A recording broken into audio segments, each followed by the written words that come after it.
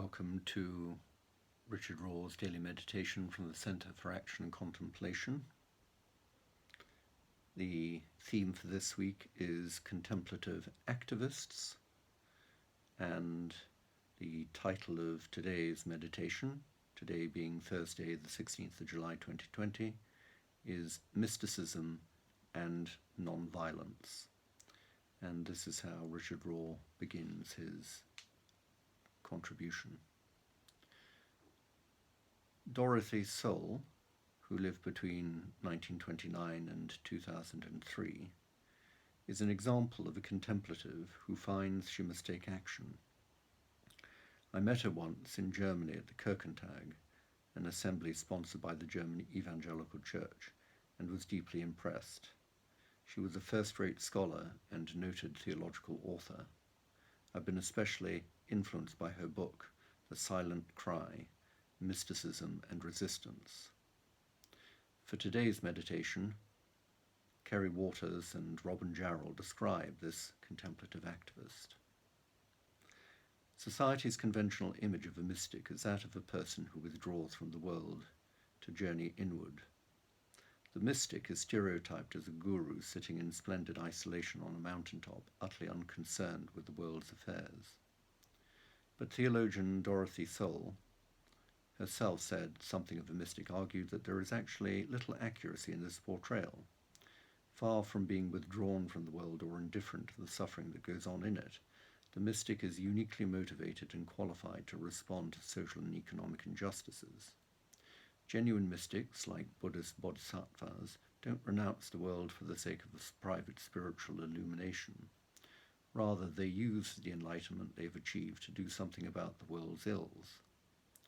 The reason for this, says Soule, is that mystics have been liberated from the three powers that typically hold humans in bondage: ego, possession, and violence.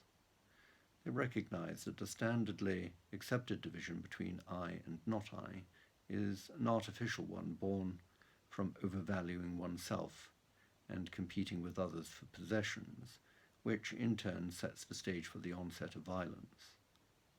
But the genuine mystic understands that his or her connection with the divine is likewise a connection to all other humans and indeed to all of creation, a relationship, as Soule said, that borrows the eyes of God.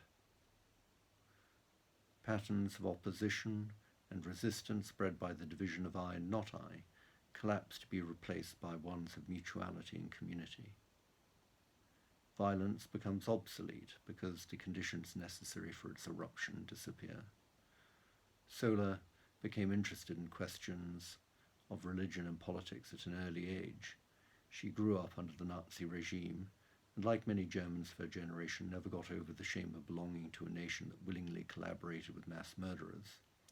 She was especially worried by the acquiescence of so many people who claimed to be Christian, and eventually concluded that part of the explanation was that they had compartmentalized their faith, transforming it into a private and otherworldly thing. Convinced that such privatization is a perversion of faith, Soule worked as a theologian to demonstrate the social responsibility of religion, and as an activist to put her theology into practice. She became one of the Cold War's leading anti-nuclear voices, a dedicated opponent of both American involvement in the Vietnam War and Soviet-style communism, and a proponent of liberation theology. The spiritual fuel of these activities was her conviction that the mystical worldview is revolutionary enough to resist powerful but petrified institutions that trade in oppression and violence.